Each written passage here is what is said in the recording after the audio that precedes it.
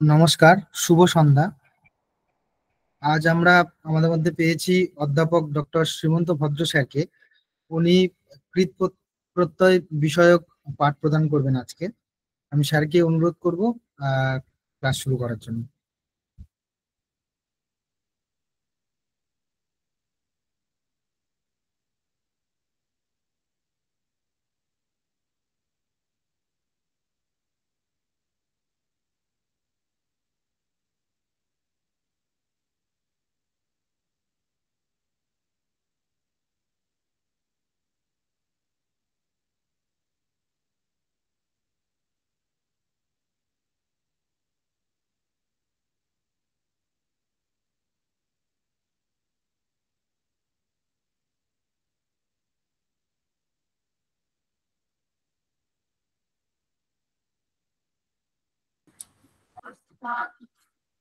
हीनाक्षरसमं नायम् अधिगम्य महेश्वरात् कृत्स्नं व्याकरणं प्रोक्तं तस्मै पाणिनये नमः।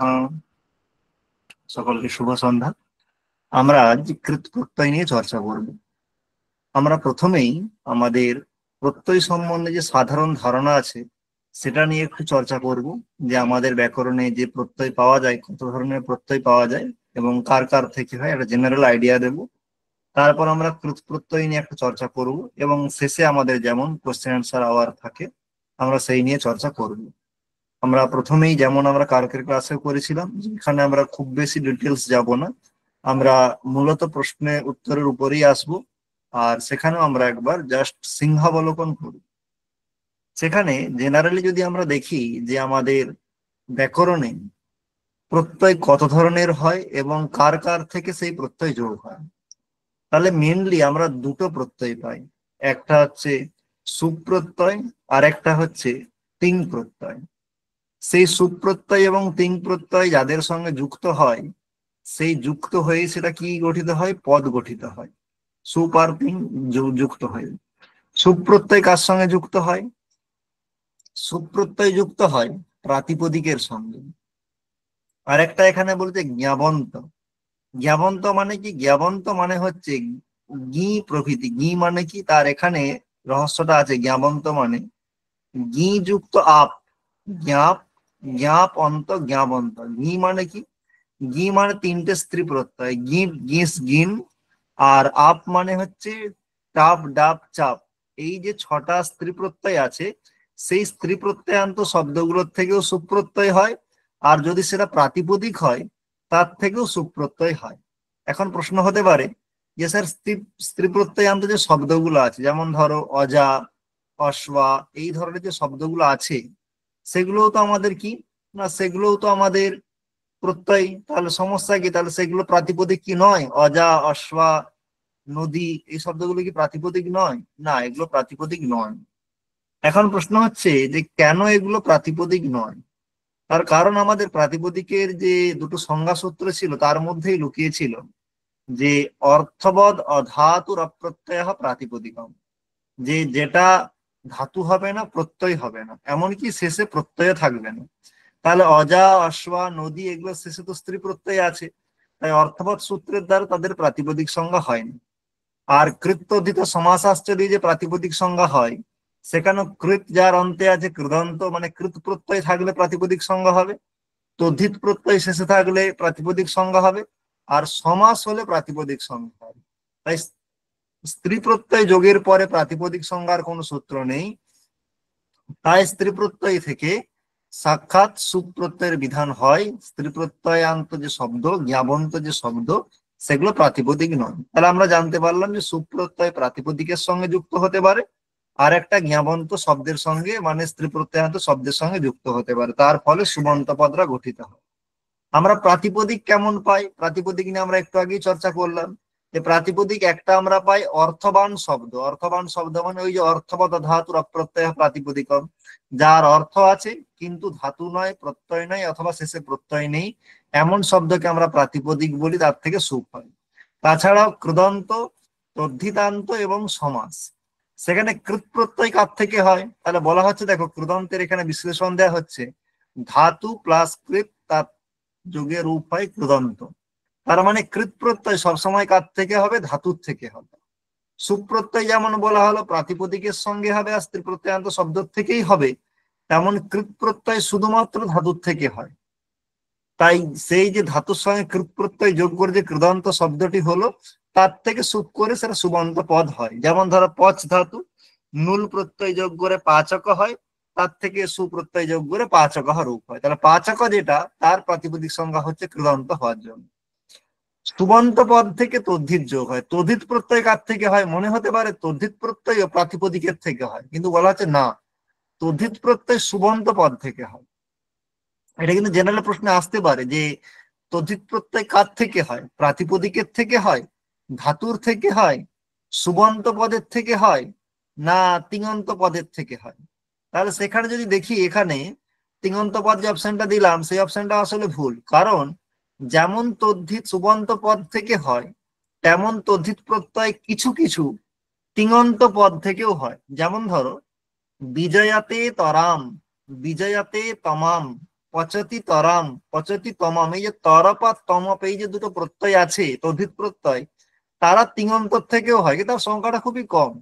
জেনারেলি সুবন্ত পদ থেকে হয়। যেমন ধরো গর্গস্য অপত্যম পুমান গার্গ্য, এই যে গার্গ শব্দে গর্গ থেকে ইয়াই প্রত্যয় হয়েছে, ইয়াই প্রত্যয়টা আসলে গর্গস্য এই ষষ্ঠী বিভক্তিযুক্ত পদ থেকে হয়। ওর জন্য বলা হচ্ছে তদ্ধিত হয় সুবন্ত পদ থেকে, ঠিক। এবং তার ফলে তদ্ধিতের যোগে তদ্ধিতান্ত গঠিত হয়। তদ্ধিতান্তের সঙ্গে সুপ্রত্যয় যোগ করে, তদ্ধিতান্ত প্রাতিপদিক, কারণ তদ্ধিতান্ত তদ্ধিত সমাস আসলে প্রাতিপদিক, তার থেকে সুপ যোগ করে সুবন্ত পদ। আর কি আসছে? আর আসছে সমাস। সমাস কি?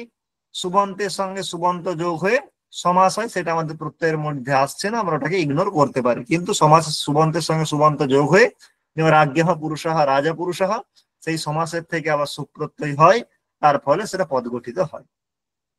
তাহলে এটা গেল আমার সুবন্তের যে দিকটা। তাহলে আমরা এর মধ্যে পেয়ে গেলাম সুপ্রত্যয় পেয়ে গেলাম, এর মধ্যে আমরা কৃত প্রত্যয় পেয়ে গেলাম, এর মধ্যে আমরা তদ্ধিত প্রত্যয় পেয়ে গেলাম।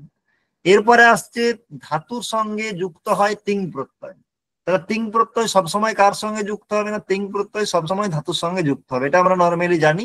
আর ধাতুর সঙ্গে তিং প্রত্যয় যোগ হয়ে কি গঠিত হয়? তিঙন্ত পদ গঠিত হয়, ঠিক। তাহলে এখন ধাতু ক ধরনের আছে? তাহলে ধাতু এখন এইখানে তার ধাতুর দেখো, এই যে আমরা যদি এখানে দেখি, এইখান থেকে আমরা এই যে পরপর তিনটে পাবো, এই তিনটে আমরা ধাতু দেখবো। কারণ নর্মালি মনে হতে পারে ধাতু তো একটা, এই যে গম পট, আসলে না, আরো অনেক রকমের ধাতু হয়, সেগুলো নিয়ে আমরা বলছি।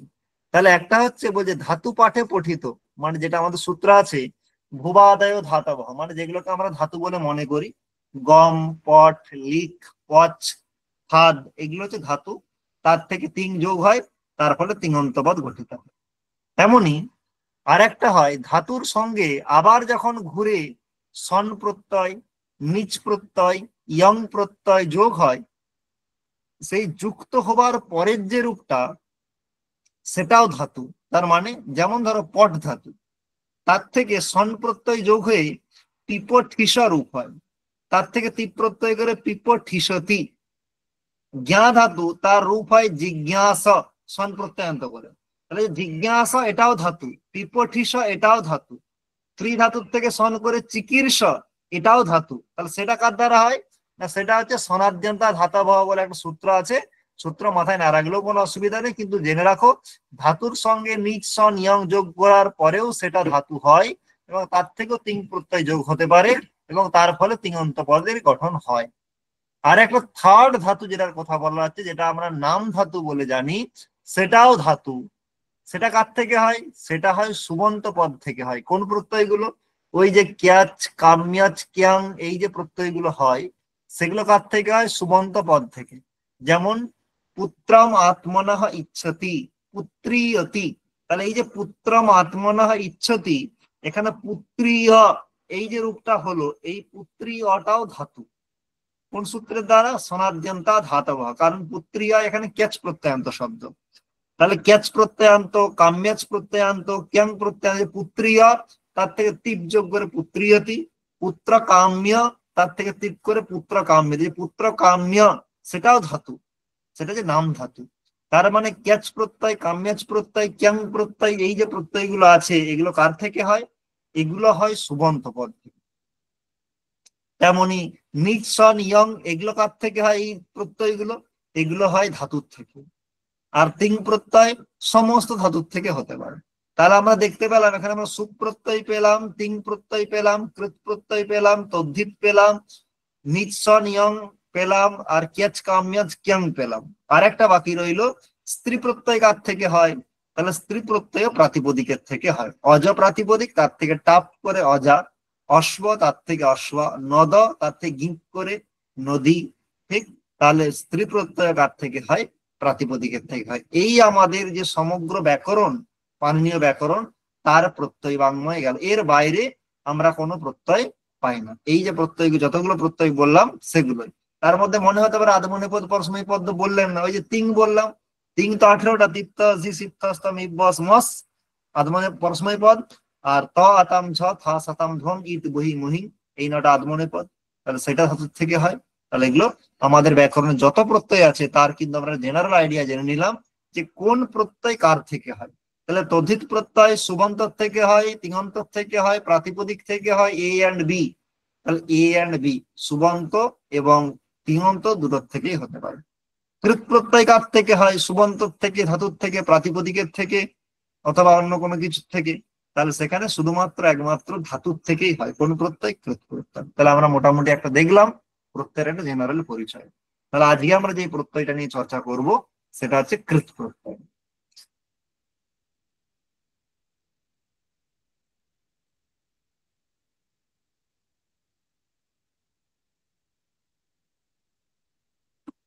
আমাদের প্রথম যে কতকগুলো আমরা যে কৃত্য প্রত্যয় পাই, এখানে একটা জিনিস জানতে হবে যে কৃত প্রত্যয় যেগুলো আছে তার মধ্যে কয়েকটা কৃত প্রত্যয়কে ব্যাকরণে কৃত্য প্রত্যয় বলা হয়। এখানে জানবে সমস্ত কৃত্য প্রত্যয়ই কৃত প্রত্যয়, কিন্তু সব কৃত প্রত্যয় কৃত্য প্রত্যয় নয়। তার মানে সমস্ত কৃত প্রত্যয়ের মধ্যে গোটা কতককে কৃত্য প্রত্যয় নাম দেওয়া হয়েছে। কোন কোন প্রত্যয়কে? তব্যাত প্রত্যয়কে তব্য, অনিয়র, ইয়ত, নিয়ত, কিয়ত এবং কেলিমত, এই যে প্রত্যয়গুলো আছে সেই 7টা প্রত্যয়কে কি বলা হয়? কৃত্য প্রত্যয় বলা হয়। এখন মনে হতে পারে যে কেন এই কৃত্য প্রত্যয় আলাদা গ্রুপিংটা কেন করা হবে? এটাকেও যদি কৃত প্রত্যয় বলে দেওয়া হতো তাহলে সমস্যা কি? যদি এরকম করে দেওয়া হতো তাহলে সমস্যা কিছু কি ছিল? তাহলে সেখানে বলা হচ্ছে যে এখানে একটা সমস্যা ছিল। তার সমস্যাটা কোথায়? তার আমরা এখানটা থেকে আমরা একটু আসলে পাবো। তাহলে এখানে আমরা দেবনাগরীতে লেখা আছে বলে বা সূত্র অর্থ লেখা আছে বলে ভয় পাওয়ার কিছু নেই, যতটা দরকার ততটাই আমাদের আসবে। প্রথমেই আসছে কৃত কাকে বলে বা কৃত প্রত্যয় কাকে বলে। তাহলে এখানে সূত্র বলছে কৃদ অতিং। সূত্র বলছে কৃদ অতিং, তার মানে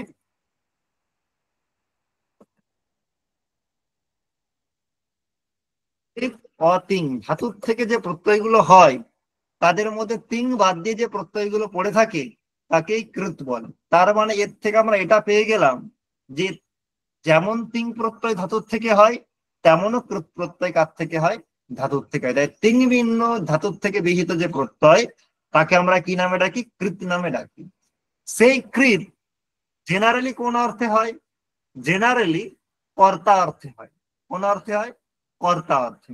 কেন? সূত্র আসছে কর্তরীকৃত। সূত্র আসছে কর্তরীকৃত, মানে কর্তা অর্থে, যেটাকে আমরা বলি কর্তৃবাচ্যে কৃত প্রত্যয় হয়। তাহলে জেনারেলি যত কৃত প্রত্যয় হয় সবই কোন অর্থে হয়? কর্তা অর্থে হয়। যেমন ধরো পচ ধাতু থেকে নুল প্রত্যয়, তার মানে কি? পাচক। পাচক মানে কি? পচ মানে পাক, নুল প্রত্যয়ের অর্থ কর্তা, তাই পাচক মানে পাক কর্তা।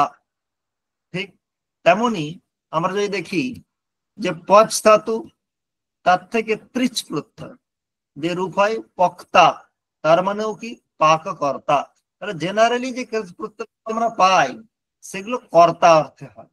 কিন্তু এই কৃত প্রত্যয়ের মধ্যে যেগুলো কৃত্য প্রত্যয় সেগুলো কর্তা অর্থে হয়নি, সেগুলো কর্মবাচ্যে আর ভাববাচ্যে হয়।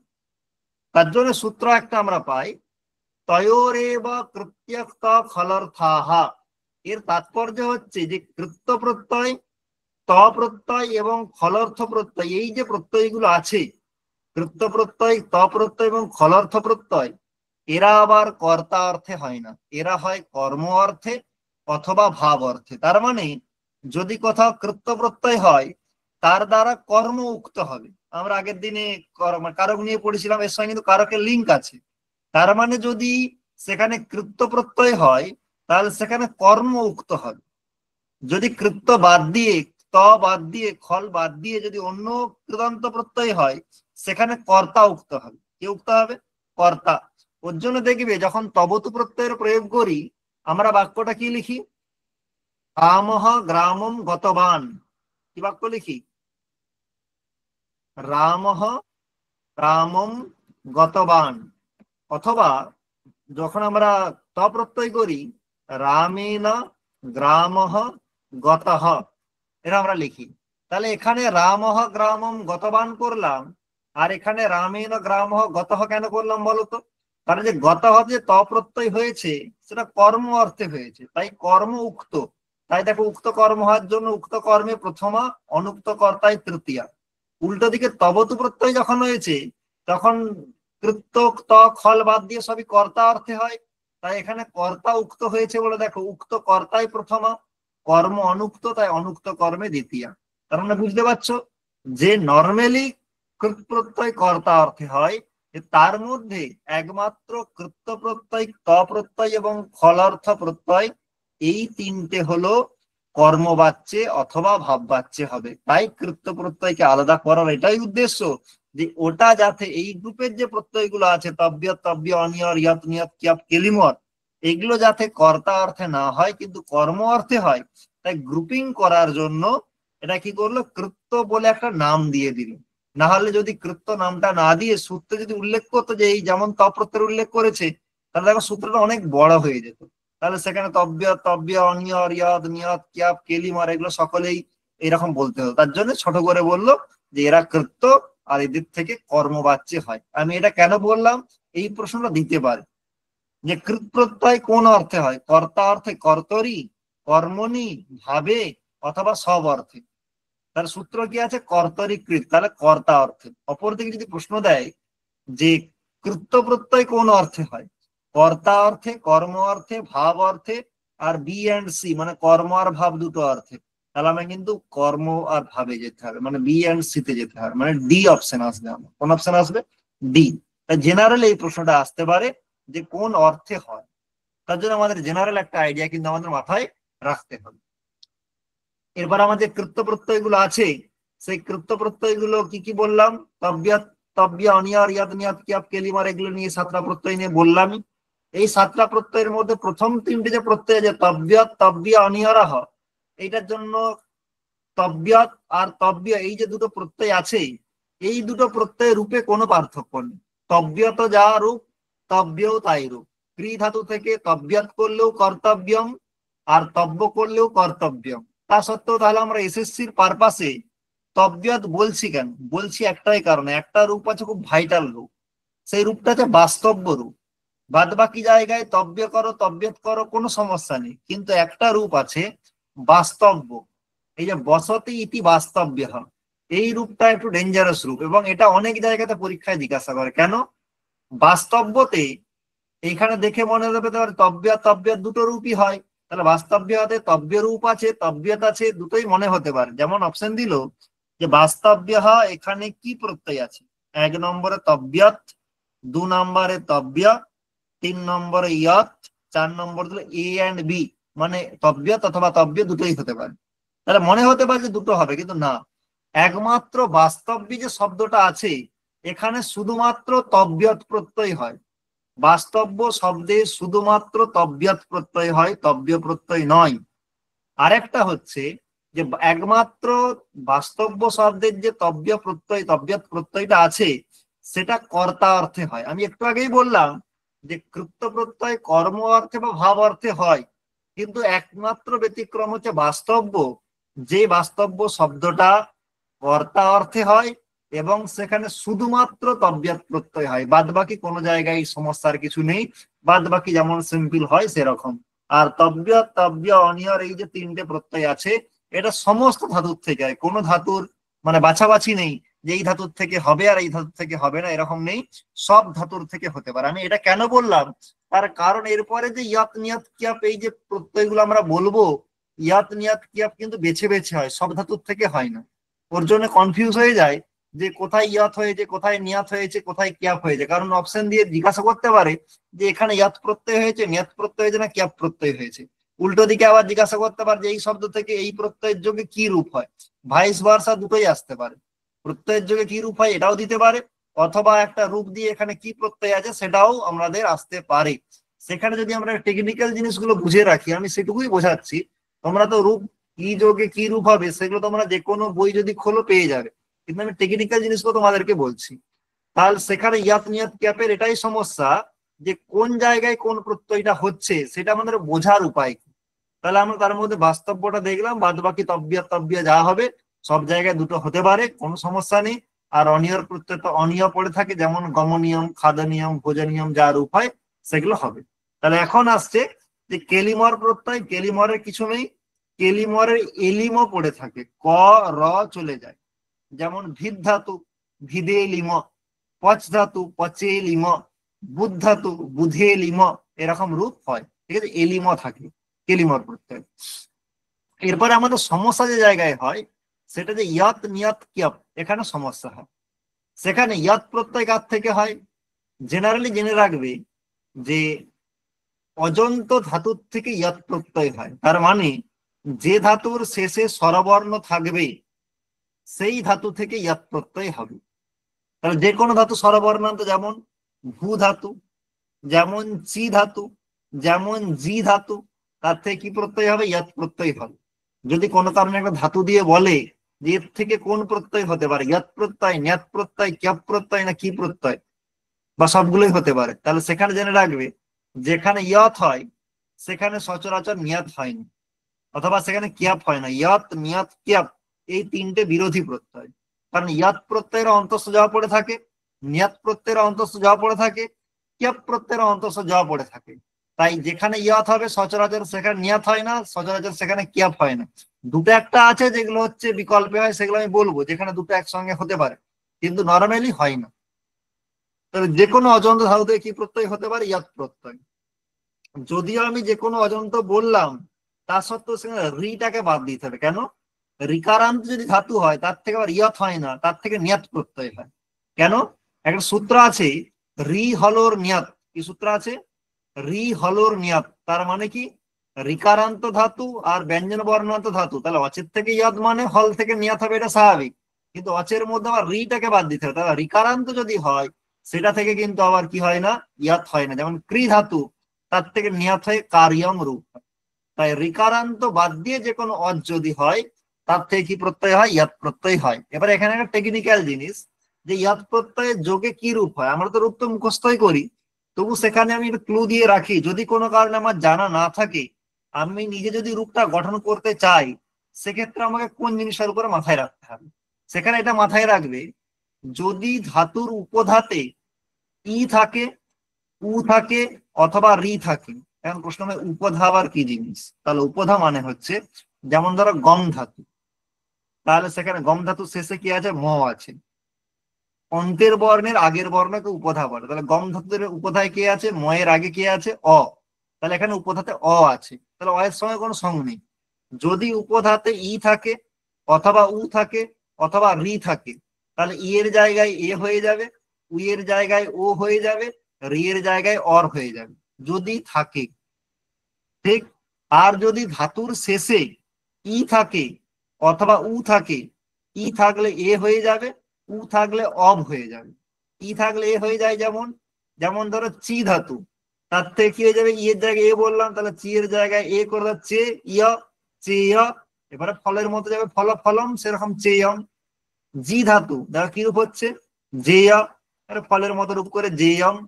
উ না উকারান্ত ধাতু, যেমন ধরো ভূ ধাতু, উ আছে, তার দেখবে রূপ হয়ে যায় ভব্যম। কেন, ওই যে বললাম উয়ের জায়গায় অভ হবে, তাহলে ভুইয়ের জায়গায় ভব, আর ইয় ভব্য, তারপরে ফল ফলম, সেরকম ফলম। তাহলে নর্মালি যদি ইকারান্ত ধাতু হয় তার জায়গায় এ হবে, উকারান্ত হলে তার জায়গায় অভ হবে। তাহলে এখন গেল জেনারেল একটা কথা, যে অজন্ত ধাতু হলে রিকার বাদ দিয়ে সেখানে ইয়াত প্রত্যয় হয়।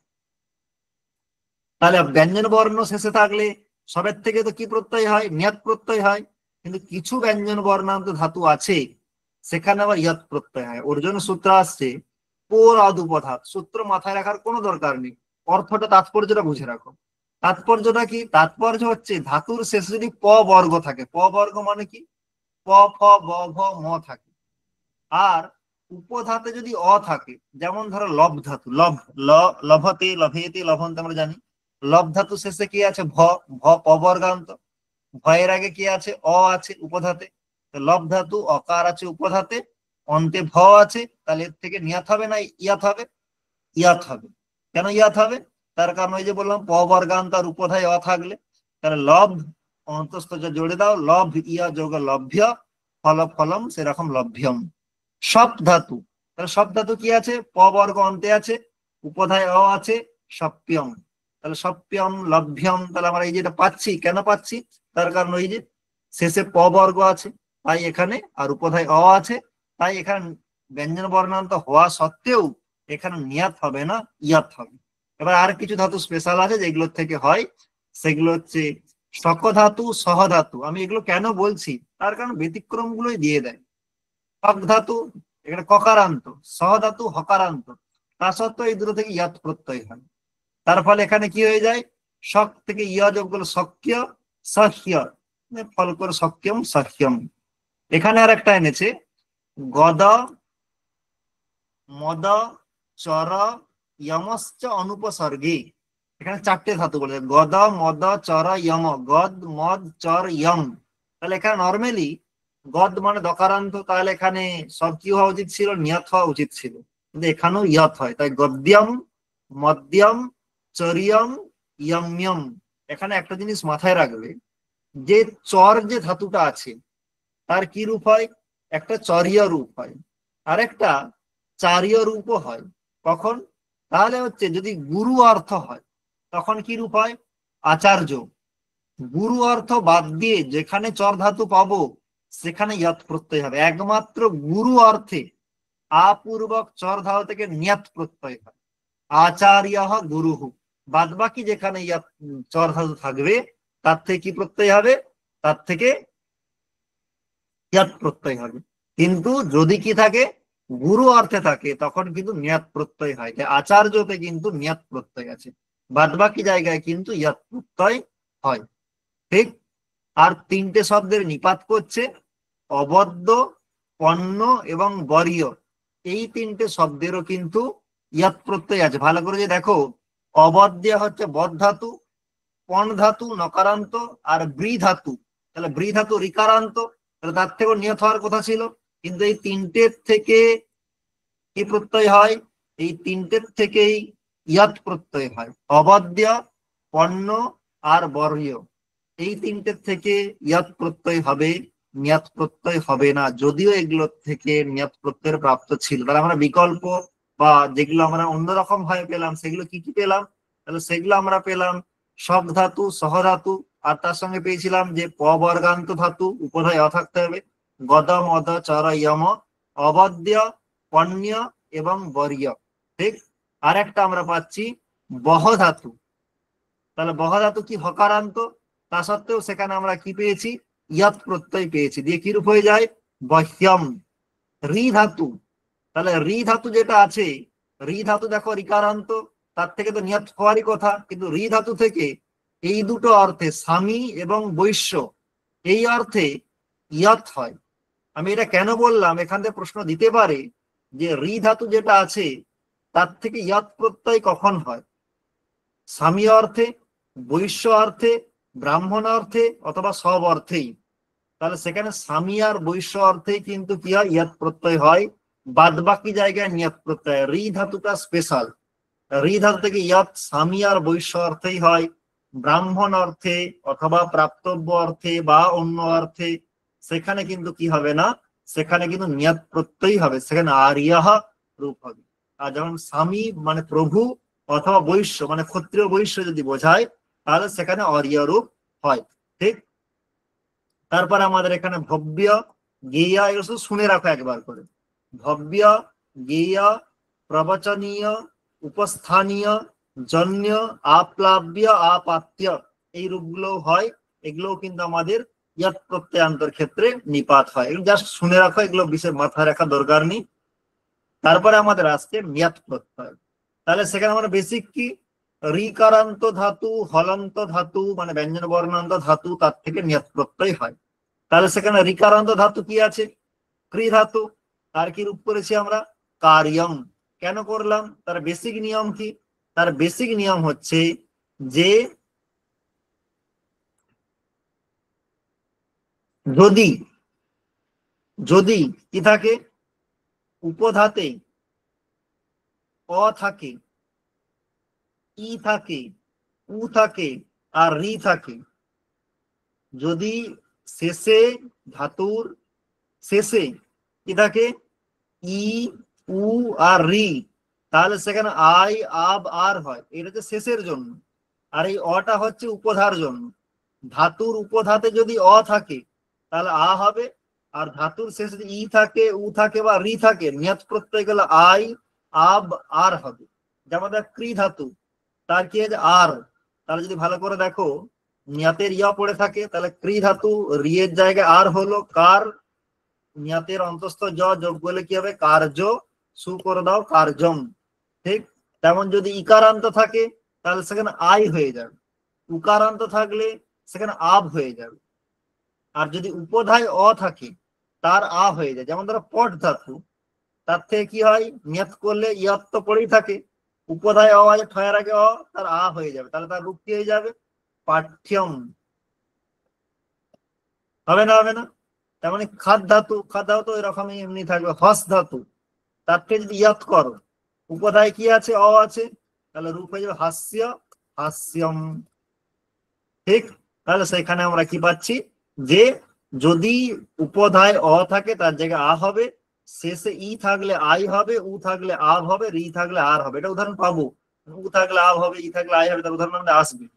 তাহলে যে কোনো রিকারান্ত বা ব্যঞ্জন বর্ণান্ত ধাতু যেগুলো ওখানে বলা হলো সেগুলো বাদ দিয়ে, মানে অবর্গান্ত উপধায় অ থাকলে, শক ধাতু, সহ ধাতু, গদ, মদ, চর, যম ধাতু, এই যে ধাতুগুলো বলা হলো, বহ ধাতু, তাহলে এগুলোতে কি হয়ে যায়? হকারান্ত ব্যঞ্জন বর্ণান্ত হলেও তা সত্ত্বেও স্পেশাল আছে বলে ওর থেকে ইয়াত হয়, বাদ বাকি জায়গায় কি হয়ে যাবে? নিয়াত প্রত্যয় হয়ে যাবে।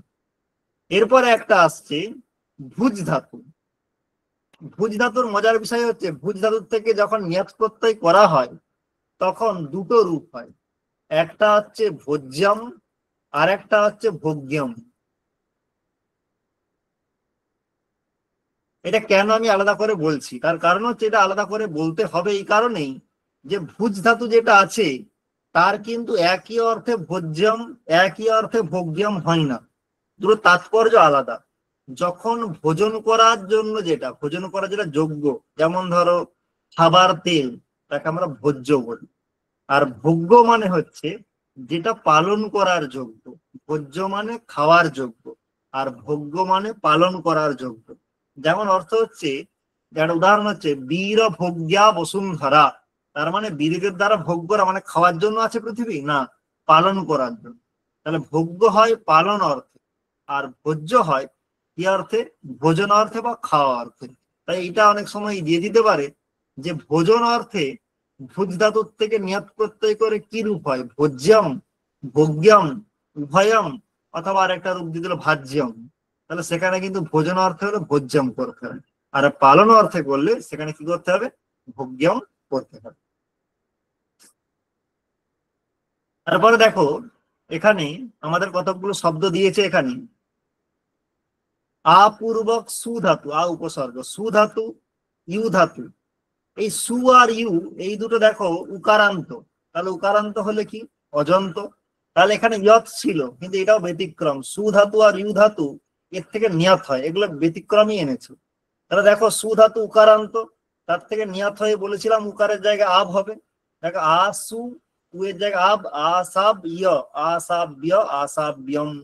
ইউ ধাতু, ইয়াব্যম। ঠিক, এরপরে আসছে বপি মানে বপ ধাতু, রপ ধাতু, লপ, ত্রপ, চম। এই যে চারটে আছে, কি কে?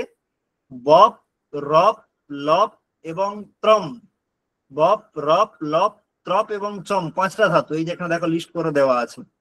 এই যে ধাতুগুলো আছে, এই যে ধাতু 5টা, এগুলো দেখো সবের শেষেই প আছে, উপধাতে অ আছে। তাহলে এগুলো থেকে আমাদের নর্মালি ইয়ত প্রাপ্ত ছিল, কিন্তু তার আবার ব্যতিক্রম। তাহলে বলে জেনারেলি পকারান্ত ধাতু হলে উপধায় অ থাকলে ইয়ত হয়, এই 5টাকে বাদ দিয়ে। বাপ্যম, রাপ্যম, লাপ্যম, প্রাপ্যম, চাম্যম, এই 5টা থেকে কিন্তু কি হবে, এই 5টা থেকে কিন্তু আমাদের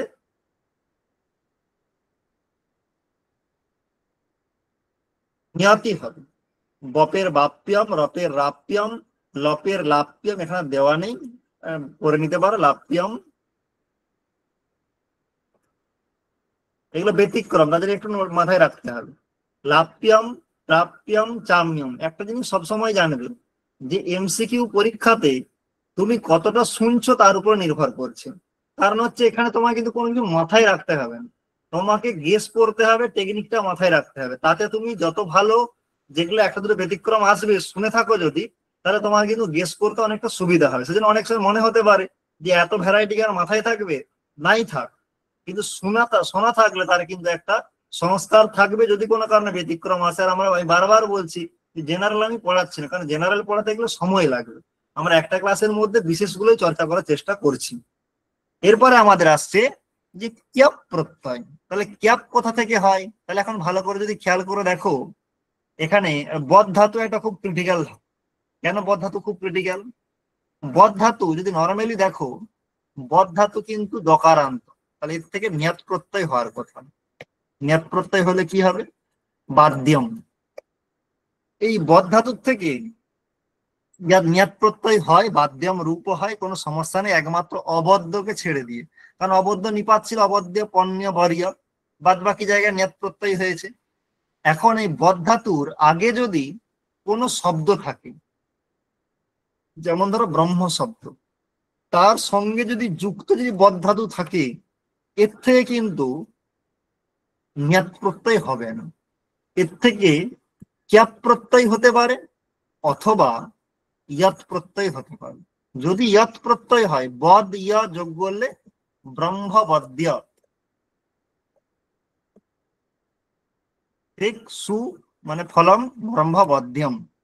কিন্তু ক্যাপ প্রত্যয় যখন হয়, যেখানে ক্যাপ প্রত্যয় যদি হয়, সেখানে ধাতুর শুরুতে, এটা ভালো করে মাথায় রাখবে, ইয়, ব, র, ল, এই 4টে বর্ণ যদি থাকে, শুধু এই ক্যাপ প্রত্যয়ের ক্ষেত্রে নয়, যে কোনো কৃত প্রত্যয়, যে কোনো কৃত প্রত্যয়, তার মধ্যে যদি কয়ের ঈদ থাকে, কার ঈদ থাকে? কয়ের ঈদ থাকে, তাহলে খেয়াল করে দেখবে অন্তস্থ জ থাকলে তার জায়গায় হস্যই হয়ে যায়, ব থাকলে তার জায়গায় উ হয়ে যায়, র থাকলে তার জায়গায় রি হয়ে যায়, ল থাকলে তার জায়গায় লি হয়ে যায়। আমি উদাহরণ দেখাচ্ছি। যেমন ধরো অন্তস্থ জ, একটা ধাতু হচ্ছে ইয়াজ ধাতু, ঠিক আছে? তার সঙ্গে যখন ত প্রত্যয় করো, দেখবে সেখানে রূপ হয়ে যায় ইষ্ট রূপ হয়। বাকিটা কি করে হচ্ছে পরে বলছি, আমি ত প্রত্যয় যখন আসবো। এখানে অন্তস্থ জ ছিল, ইষ্ট কি করে হলো? এই যে অন্তস্থ ত প্রত্যয় ক ছিল, তাই অন্তস্থ জায়গায় ই হয়ে গেছে। যদি তুমি বচ ধাতু দেখো, বচ ধাতু, তার থেকে ত প্রত্যয় করো, তার রূপ হয়ে যায় উক্ত। উক্ত কি করে হলো? ওই যে ব আছে, তারপরে ক ছিল, তাই এখানে উক্ত হয়ে গেছে। তাই এখানেও দেখো ক্যাপ প্রত্যয়ের ক আছে, ক চলে যায়, তাই বদের বদ ইয়া যোগ করলে বদ্য হওয়ার কথা, কিন্তু সেখানে কি হয়ে যায় বলতো? বয়ের জায়গায় উ, দ ইয়া উদ্যা, ব্রহ্ম যুক্ত উদ্যা, অ উ যোগ করলে সূর্য উদয়, সূর্যোদয়, তাহলে ব্রহ্মোদ্যম, ব্রহ্মোদ্যা, তার থেকে যোগ করলে ব্রহ্মোদ্যম। এর মানেটা হচ্ছে যে বদ ধাতুর পূর্বে যদি কোনো শব্দ জুড়ে থাকে, তাহলে সেখানে বদ্যম অথবা উদ্যম এরকম রূপ হবে। যদি তার আগে আবার উপসর্গ থাকে, যেমন ধরো অনুবদ, এখানে আবার নিয়ত প্রত্যয়ী হবে, তখন সেখানে রূপ হয়ে যাবে অনুবাদ্যম। তার মানে শুদ্ধ বদ ধাতু থাকলে তার থেকেও নিয়ত প্রত্যয় হয়, উপসর্গ যুক্ত থাকলেও তার থেকেও নিয়ত প্রত্যয় হয়। কিন্তু যদি কোনো শব্দ পূর্বে থাকে, কার পূর্বে? শুধুমাত্র বদ ধাতুর পূর্বে যদি কোনো শব্দ জুড়ে থাকে, তাহলে সেখানে হলে ক্যাপ প্রত্যয় হবে, না হলে ইয়াত প্রত্যয় হবে, নিয়াত প্রত্যয় হবে না, একমাত্র বদ ধাতুর জন্য। বাদ বাকি ক্ষেত্রে ওদের জন্য কিন্তু কোনো সমস্যা নেই, বাদ বাকি জায়গায় সব জায়গায় নিয়াতি হয়, কিন্তু এর জন্য কিছু ব্যতিক্রম থাকবে, তার মধ্যে বদ ধাতু একটা ব্যতিক্রম। ঠিক। এরপরে আমাদের আসছে ধাতু এতি, স্তু, শ্বাস, ব্রি, দ্রি, জুসক, ক্যাপ। এটা খুব ইম্পর্টেন্ট জিনিস, এইটা থেকে কোনো না কোনো বারে প্রশ্ন দিয়েই দেয়। এখানে আমাদের যদি আমরা খেয়াল করে দেখি কটা ধাতু আছে, এতি একটা ধাতু, স্তু একটা ধাতু, শ্বাস একটা ধাতু, ব্রি একটা ধাতু, দ্রি একটা ধাতু, জুস একটা ধাতু, ছটা ধাতু আছে। এই ছটা ধাতুর থেকে ক্যাপ প্রত্যয়, এবং এটা থেকে একটা প্রশ্ন দেয়। এতি ধাতুর যে আছে, এটা ইন ধাতুর রূপ হচ্ছে এতি, ইন ধাতু ই পড়ে আছে, অন্তস্থ জ, যোগ করলে কি হওয়া উচিত ছিল ইয়, কিন্তু না হয়ে এখানে রূপ হয়ে গেছে ইত্য। এখানে একটা গল্প আছে, কি গল্প আছে, এখানে টেকনিকটা হচ্ছে যে যদি হ্রস্বের পরে, হ্রস্বর পরে যদি ককার ইত হয়েছে এমন প্রত্যয় থাকে, তাহলে সেখানে একটা তয়ের আগম হয়ে যায়। কার আগম হয়ে যায়? তয়ের। এখানে দেখো ই আছে হ্রস্ব, তারপরে একটা ক ইত হয়েছে ক্যাপ প্রত্যয়, তাই এখানে তয়ের আগম হয়ে যায় ইত্য। স্তু ধাতু, দেখো স্তু ধাতু উকারান্ত হ্রস্ব, তারপরে ক্যাপ ক ইত হয়েছে, ক চলে গেছে, তাই এখানেও ত যোগ হয়ে স্তুত্য।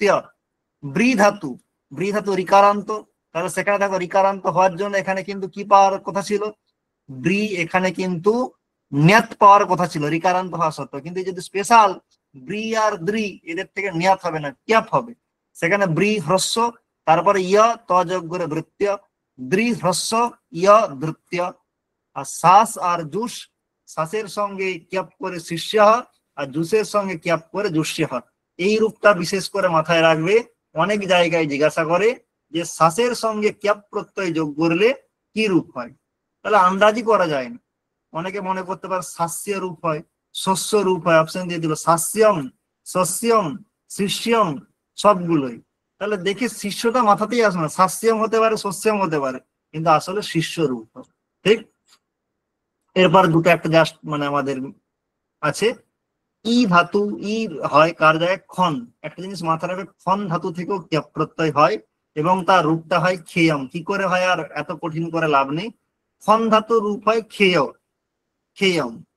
আরেকটা ধাতু আছে মৃজ ধাতু, এটাও খুব ভাইটাল। মৃজ ধাতুটা অনেক জায়গায় জিজ্ঞাসা করে, মৃজ জকারান্ত, তাহলে এটা নিঃসন্দেহে নিয়াত প্রাপ্ত ছিল, নিয়াত হয়, কিন্তু বিকল্পে ক্যাপ হয়। নিয়াত প্রত্যয় হলে রূপটা একটু বিচিত্র হয়, মার্গ্য হয়।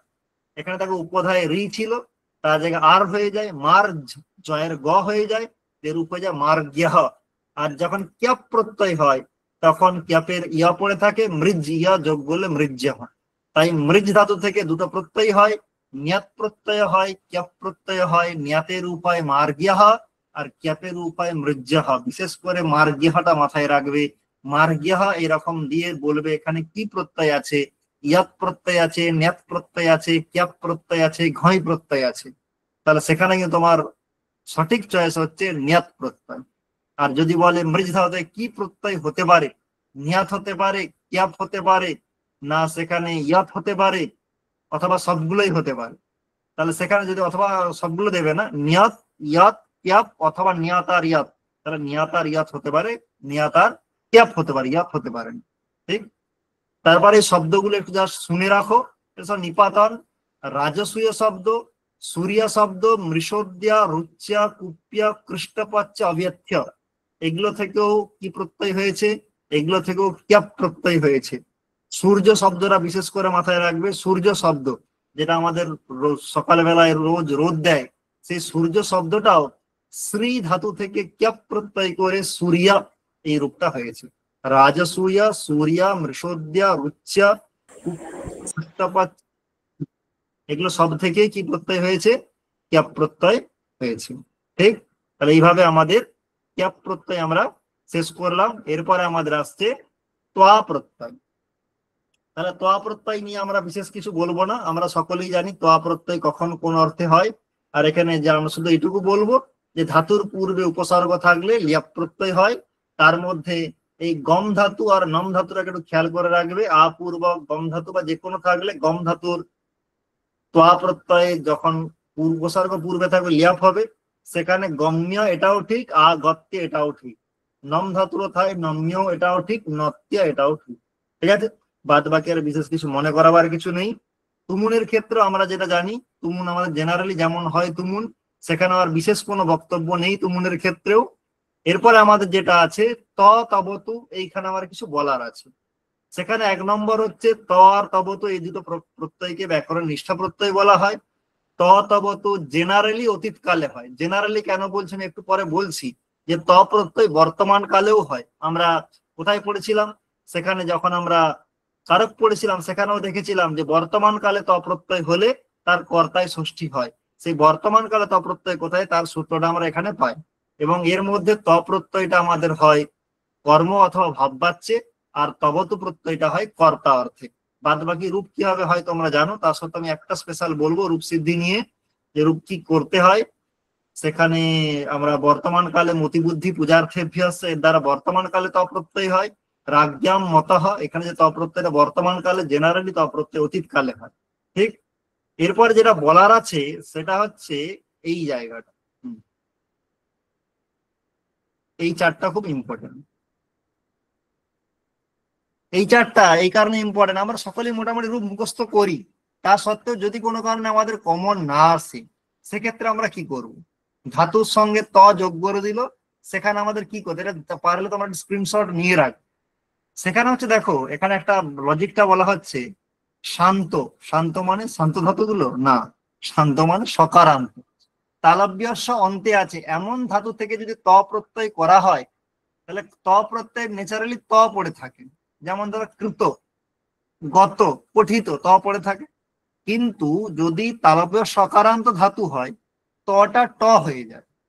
যেমন ধরো নস ধাতু, নশ্যতি রূপ হয়। সেই নস ধাতু থেকে ত প্রত্যয় করে দেখো রূপ হয়ে যায় নষ্ট। কষ ধাতু, কষ্ট। স্পৃশ ধাতু, স্পৃষ্ট। তাহলে নর্মালি যদি তালব্য সকারান্ত হয়, তাহলে তটা ট হয়ে যায়। আর মূর্ধন্য সকারান্ত হলে তো বলার অপেক্ষাই রাখে না, সেখানে তো ট হয়েই যায় ত এর জায়গায়। ঠিক আছে। কিন্তু যদি নর্মালি তালব্য সকারান্ত হয়, তটা ট হয়ে যায়। তারপরে বলছে হান্ত ধাতু, তার মানে কোন ধাতু যদি হকারান্ত হয়, তাহলে ত প্রত্যয়ের ত এর জায়গায় ঢ হয়ে যায়। যেমন তোমরা যদি খেয়াল করে দেখো, লিহ ধাতু, লিহ ধাতু মানে ওই চাটা এই অর্থে।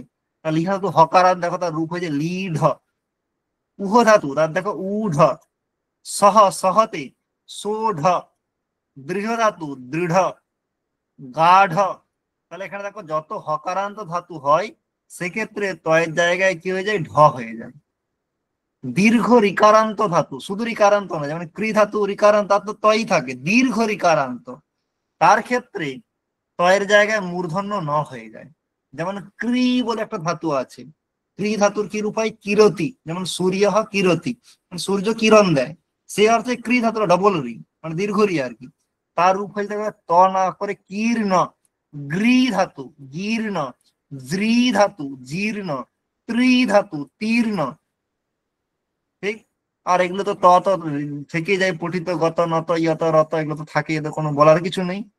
তারপরে আসছে দকারান্ত।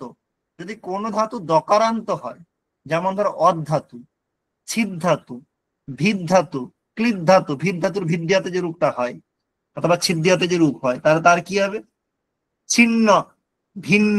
সেখানে দকারান্ত ধাতু আরেকটা মজা হচ্ছে, ত এর জায়গায় দন্তন তো হয়ই, দটার জায়গাও দন্তন হয়। যেন অদ যুক্ত ত, ত এর জায়গায় ন হলো, দ এর জায়গায় ন দিয়ে রূপ হয়ে যায় অন্য। ছিন্ন, ভিন্ন, ক্লিন্ন। আরেকটা বলছে ঐকারান্ত ধাতু, ওই অন্ত মানে ঐকারান্ত। যেন মূলই ধাতু ম্লান, গ্লই ধাতু গ্লান। ঠিক। আরেকটা কিছু ধাতু হয় ভান্ত, যেমন লব ধাতু, সেখানে আবার ভ হয়ে যায়। যেমন ধর লব্ধ।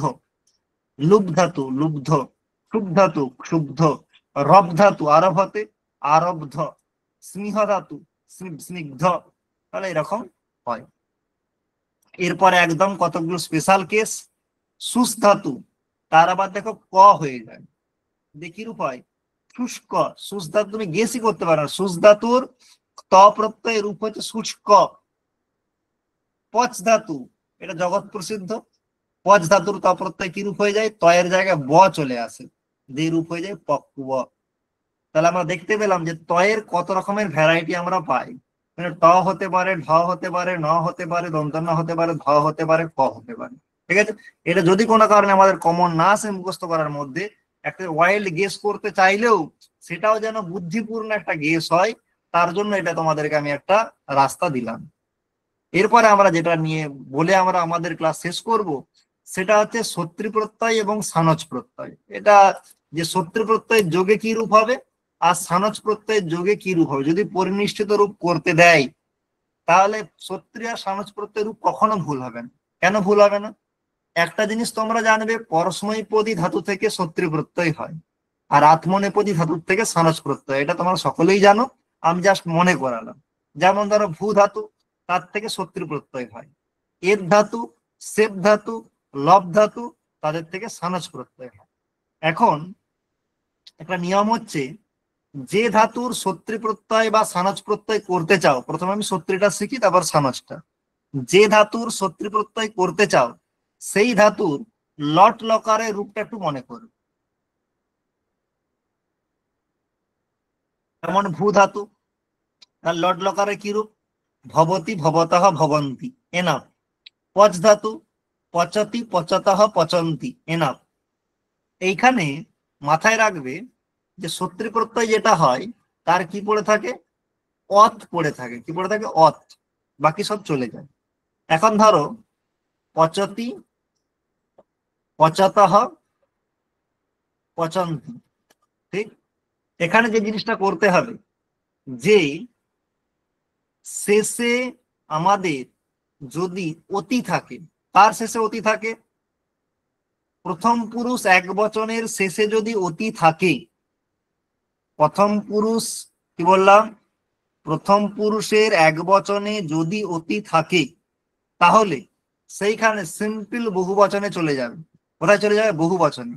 বহু বচনের দন্তন্য থাকলে, না থাকলে, দন্তন্য থাকলে বাদ দেবে, না থাকলে তো বাদ দেওয়ার কোনো গল্প নেই, ইটা বাদ দিয়ে দেবে, দিয়ে যেটা পড়ে থাকবে সেটাই হচ্ছে তোমার রূপ, পচত। ঠিক আছে, আরো সহজ করে বললে, আমি এরকম কেন বলছি, সত্রী প্রত্যয় যখন হয়, তখন সত্রী প্রত্যয়, যেমন ধরো পচত্ব, এটা 3 রকম রূপ হয়। কেন? এটা পুংলিঙ্গে হয় একটা, স্ত্রীলিঙ্গে হয় একটা রূপ, আর একটা হয় নপুংসক লিঙ্গে একটা রূপ হয়। 3 রকমের রূপ হয়। যেমন ধরো পচত শব্দ, তার পুংলিঙ্গে কার মতো রূপ যাবে? তাহলে পুংলিঙ্গে রূপ যায় ধাবত শব্দের মতো। তার মানে ধাবন, ধাবন্ত, ধাবন্ত, পচন, এরকম রূপটা হয়। স্ত্রীলিঙ্গেরটা পরে আসে, নপুংসক লিঙ্গের রূপ হয় জগতের মতো, পচত, জগৎ, জগতি, জগন্তি, পচত, পচতি, পচন্তি। স্ত্রীলিঙ্গে যে রূপটা হয় একটু বিচিত্র রূপ হয়। একটু বিচিত্র রূপ কেন হয়? স্ত্রীলিঙ্গের রূপ হয় পচতের পচন্তি। কি রূপ হয়? পচন্তি। তাহলে যদি তুমি নর্মালি তোমাকে পুংলিঙ্গে বা নপুংসক লিঙ্গে রূপ করতে দেয়, কোনো সমস্যা নেই, তুমি ডিরেক্ট লগ লকার প্রথম পুরুষ বহু বচনে চলে যাবে, যে কোনো ধাতু হোক। তার ন থাকলে ন বাদ দিবে, ই থাকলে ই বাদ দিবে। ঠিক আছে, যেমন যে কোনো ধাতু নাও, যেমন ধরো দা ধাতু, তার রূপ কি হয়? বহু বচনে দদতি। তাহলে যন্ত্র নেই, বাদ দেওয়ার দরকার নেই, তাহলে ইটা বাদ দিয়ে দাও, দদত। খাদতি, তাহলে তার কি রূপ হয়? খাদন্তি। তাহলে সেখানে একদম ন আর ই বাদ দিয়ে দাও, খাদত। এগুলোই সত্রী প্রত্যয়ের রূপ।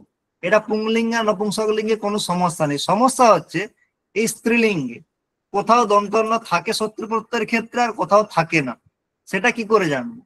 সেটার জন্য হচ্ছে আমাকে যেটা মাথায় রাখতে হবে, সেটা হচ্ছে লট লকার প্রথম পুরুষ এক বচনে যদি শেষে অতি থাকে, যদি শেষে অতি থাকে, তাহলে প্রথম পুরুষ বহু বচনে গিয়ে কি করব? ই এর জায়গায়, শুধু হ্রস্ব ই এর জায়গায় দীর্ঘ ই করে দেব, তাহলে স্ত্রীলিঙ্গের রূপ পেয়ে যাব। দেখো এখানে অতি আছে, তাই আমি এখানে কি করে দেব? পছন্দি করে দেব। ঠিক। এরপরে ধরো একটা ধাতু দদাতি, দত্তহ, দদতি। এখানে আমরা কি করব? এখানে কি শেষে অতি আছে?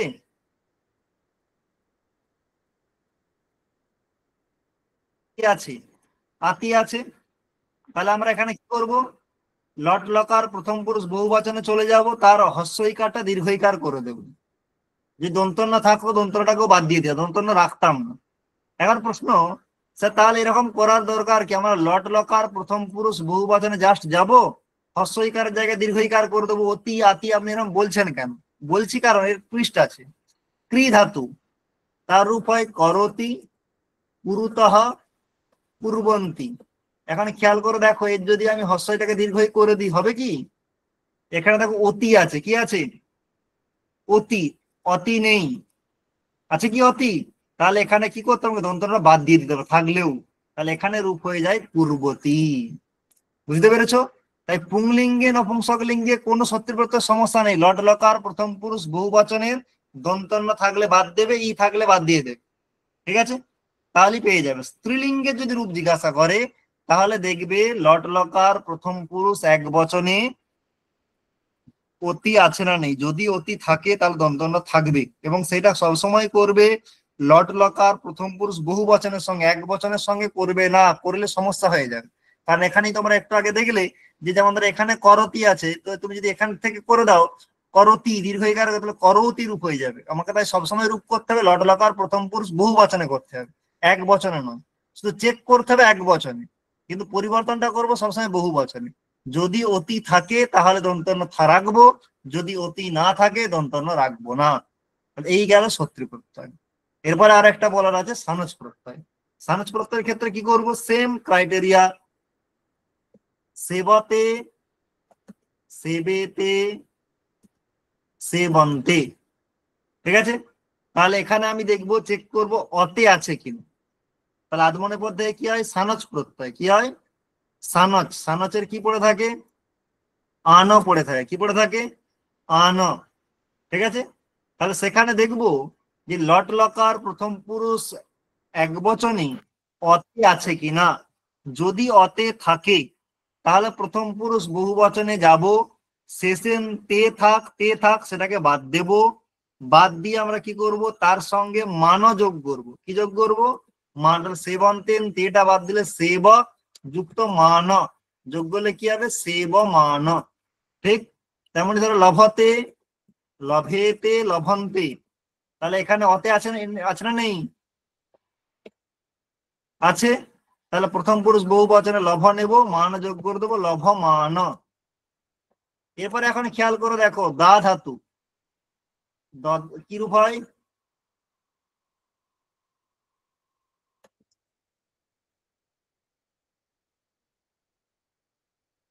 দত্তে, দদাতে, দদতে। তাহলে এখানে অতে আছে না অত্তে আছে? অতে নেই।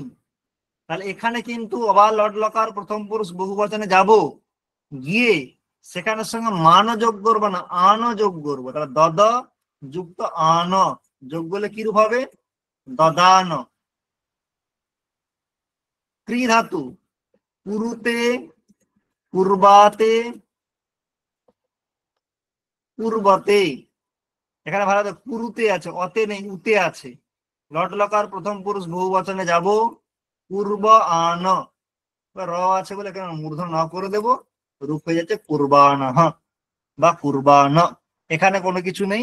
সানজ প্রত্যয় পুংলিঙ্গে নর শব্দের মতো রূপ যায়, স্ত্রীলিঙ্গে লতার মতো যায়, আর পুংলিঙ্গে ফল শব্দের মতো যায়। তাহলে দেখো সত্যি প্রত্যয় সানজ প্রত্যয় যে কোনো ধাতু থেকে জিজ্ঞাসা করুক কোনো সমস্যা নেই। পুংলিঙ্গ নপুংসক লিঙ্গে হলে জাস্ট লট লকার প্রথম পুরুষ বহু বচনে যাবে, পেয়ে যাবে। স্ত্রীলিঙ্গে হলে শেষে অতি আছে নাকি দেখবে, অতি থাকলে দন্তন্য থাকবে, অতি না থাকলে দন্তন্য থাকবে না। সানজ প্রত্যয় অতে আছে কিনা দেখবে, অতে থাকলে মানযোগ করবে, অতে না থাকলে আনযোগ করবে, দিয়ে যেটা পাবে সেটাই হচ্ছে সমাজ প্রত্যয়ের রূপ। তাহলে আমার পক্ষ থেকে এটাই বলার ছিল। এবার তোমাদের যদি কোনো প্রশ্ন থাকে অবশ্যই নেব। হ্যাঁ, কে কা বলো। স্যার আমার দুটো কোয়েশ্চেন আছে। একটা স্ত্রী প্রত্যয় থেকে আছে, স্ত্রী প্রত্যয়ের দুটো তিনটে করে রূপ হয়।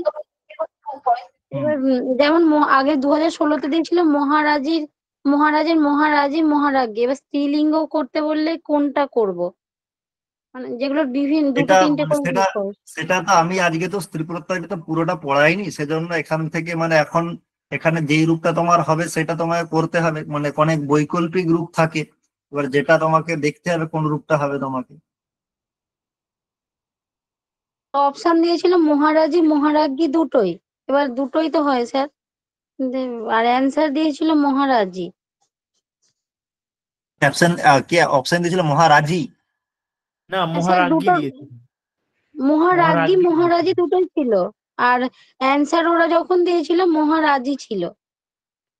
মহারাজি কখনো রূপই হয় না, মহারাজ্ঞী হয়। মহারাজি কোথায় হয়? তোমাকে কে বলেছে মহারাজি হয় বলে? হ্যাঁ স্যার, অ্যান্সারটা মহারাজ্ঞী দিয়েছিল। ওটাই হয়, মহারাজি রূপ হয় না।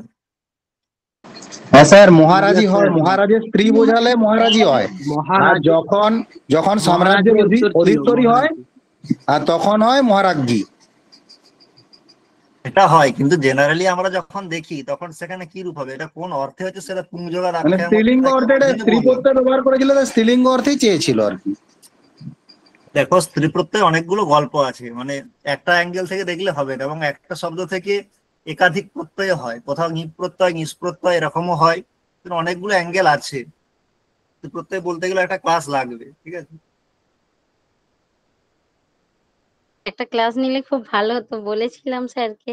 আর একটা কোয়েশ্চেন আছে স্যার আমার, তাজ প্রত্যয় আর তা প্রত্যয় দুটো তো একই, তাহলে না, আমরা ত্বচ কেন প্রত্যয় তাজ আর না ত্বা লিখে প্রত্যয় দুটো লিখি? একই, দুটো একই নয়। তার প্রথম কারণ হচ্ছে পাণিনীয় ব্যাকরণে ত্বাচ প্রত্যয় বলে কোনো প্রত্যয় নেই, ত্বা প্রত্যয় আছে, ঠিক আছে? ত্বাচ প্রত্যয়টা হচ্ছে ব্যাকরণ কৌমুদীর প্রত্যয়। আর ঈশ্বরচন্দ্র মশাইয়ের যে ব্যাকরণ কৌমুদী, সেটা পাণিনীয় ব্যাকরণ নয়, এবং সেটা আমাদের সিলেবাসেও নেই। আমি যে কোনো জায়গায় যখন পড়াই, আমি আজকে বলিনি, কিন্তু নর্মালি আমরা যখন কোনো কম্পিটিটিভ পরীক্ষার জন্য পড়বো, আমরা দয়া করে যেন ব্যাকরণ কৌমুদী ফলো না করি, কারণ ব্যাকরণ কৌমুদী পাণিনীয় ব্যাকরণ নয়, আর আমাদের সিলেবাসে পাণিনীয় ব্যাকরণ আছে। পাণিনীয় ব্যাকরণের সরলীকরণ করেছেন ঈশ্বরচন্দ্র মশাই সেই ব্যাকরণ কৌমুদীতে। ওই জন্য লুট প্রত্যয় না স্বীকার করে অনট প্রত্যয় বললেন। তাই সেজন্য বলছি, কোনোভাবেই তোমরা ব্যাকরণ কৌমুদী রূপ বলো যাই বলো ওটা ফলো করবে না। মানে দুঃখের বিষয়, পাণিনিয়মেও ত্বাচ প্রত্যয়টা স্বীকার করেছে, কিন্তু এটা যাই হোক বইয়ের নাম দিয়েছেন পাণিনিয়ম। আছে দু চারটে ভুল, আমি কাজ করলে আমার বইতেও বেরোতে পারে, কোনো সমস্যা নেই, কিন্তু আমাদের বাঙালিদের মধ্যে একটা প্রভাব আছে। কিন্তু ত্বাচ বলে কোনো আসলে প্রত্যয় নেই বাংলাতে, মানে পাণিনীয় ব্যাকরণে নেই, বুঝেছো? আচ্ছা স্যার। স্যার, হ্যাঁ, না সৈকত, স্যার সৈকত বলছিলাম বলো, ওই সৈকত। হ্যাঁ হ্যাঁ বলো। স্যার, বলছি একটা প্রত্যয়ের সঙ্গে, একটা ধাতুর সঙ্গে একটা প্রত্যয় দিল, দিয়ে বললো পরিনিষ্ঠিত রূপ। এবার পরিনিষ্ঠিত রূপ যেটা হয় সেটাও দেওয়া আছে, এবং প্রথমান্ত মানে সুবিভক্তি যোগ করেও সেটা দেওয়া আছে, কোনটাতে ক্লিক করব? সেখানে যদি সুবিভক্তি যোগ করে দেওয়া থাকে সেটা না দেওয়াই ভালো, কারণ যেহেতু সেখানে সুযোগ করে দেওয়া নেই। কারণ প্রত্যয়টা হ্যাঁ যেটা সুযোগ, যদি দুটোই অপশনে থাকে, অপশনে না থাকলে আলাদা ছিল। যেমন ধরো হ্যাঁ পজ ধাতুর থেকে ত প্রত্যয় করে পক্কুয়া রূপও হয়, আমি সুযোগ করে পক্কুয়ামও বলতে পারি, কিন্তু যদি পক্কুয়া রূপটা থাকে পক্কুয়ামও থাকে, সেখানে আমি হ্যাঁ, পক্কুয়াই নেব, কারণ পক্কুয়াম করতে গেলে সুটাও দেওয়ার দরকার ছিল, এটা টুইস্ট করার জন্যই দিয়েছে, সেখানে ত প্রত্যয়ান্তটাই নেব। ঠিক আছে sir, thank you, thank you. Ruma. মানে স্যার, পরিনিষ্ঠিত রূপ বললে আমরা বিভক্তি যোগ করব না, আর পদ বললে বিভক্তি যোগ করবো, তাই তো স্যার? নর্মালি এরকম, মানে যে পরিনিষ্ঠিত শব্দের আসল তাৎপর্য হচ্ছে যে ব্যবহারযোগ্য পদ, কিন্তু নর্মালি আমরা যখন এইভাবে পরিনিষ্ঠিত রূপ জিজ্ঞাসা করছি, তার মানে সেখানে হচ্ছে যে আমার সেই প্রত্যয়ের যোগে কি রূপ পাচ্ছি সেটা, সেটুকুই আমার তাৎপর্যে পরিনিষ্ঠিত শব্দের ব্যবহার হচ্ছে। শাস্ত্রে এভাবে হয় না। শাস্ত্রে পরিনিষ্ঠিত মানে যেটা ব্যবহারযোগ্য পদকেই পরিনিষ্ঠিত বলে, কিন্তু এই যে এসএসসি মানে দৃষ্টিতে যে পরিনিষ্ঠিত শব্দ, তার মানে ওটা নয়। তার মানে হচ্ছে যে যে প্রত্যয়টা আমি বলেছি তার যোগে তোমার রূপটা কি হবে। যদি কোনো কারণে ধরো এইটা ভুল নয়, যেমন পজ ধাতুর সঙ্গে ত প্রত্যয় করে কি রূপ হবে, তার ধরো অপশনে দিল পচন রূপ হবে, পক্কম রূপ হবে, তারপরে দিল ধরো পচিতুম রূপ হবে, পক্তোয়া রূপ হবে, তখন তুমি যদি পক্কম করো কোনো অসুবিধা নেই। কিন্তু যখন জেনে বুঝে কেউ দিচ্ছে, তার মানে বুঝবে একটা টুইস্ট আছে, তখন করলে কেটে দিলে তোমার কিছু বলার থাকবে না, এটাই বক্তব্য আর কি। হ্যাঁ,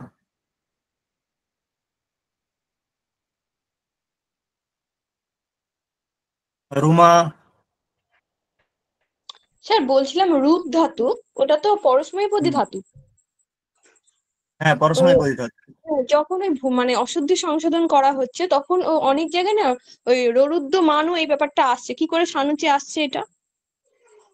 যাতে তার কারণ হচ্ছে ররুদ দিয়াতে যখন হচ্ছে তখন সেটা ইয়ং প্রত্যয় হয়ে যায়, আর ইয়ং প্রত্যয়ান্ত সব শব্দই আদমনেপদ হয়, কারণ ইয়ং প্রত্যয়ের উয়ার ইত হয়, আর উয়ার ইত হলে তার থেকে সবসময় আদমনেপদই হয় রুদ্যাতে, কারণ ওটা তো মানে ইয়ং প্রত্যয়ান্ত শব্দ থেকে সানাজ করছে, ওটা রুদ ধাতু থেকে করছে না। রুদ ধাতু থেকে রূপ করে তো রুদান হতো। হ্যাঁ, কিন্তু কাজ যে এমন মহিলা, তা সেখানে কেন জং প্রত্যয় করা হয়েছে? বারবার কাঁদছে। ও আচ্ছা আচ্ছা, ঠিক আছে স্যার, ঠিক আছে, থ্যাংক ইউ স্যার। বাহ, স্যার বলছিলাম যে কেলিমার প্রত্যয় থেকে কি হাত কোনো তোলো, প্রশ্ন হাত আসবে? তোলো, হাত তোলো, হাত তোলো। টুম্পা।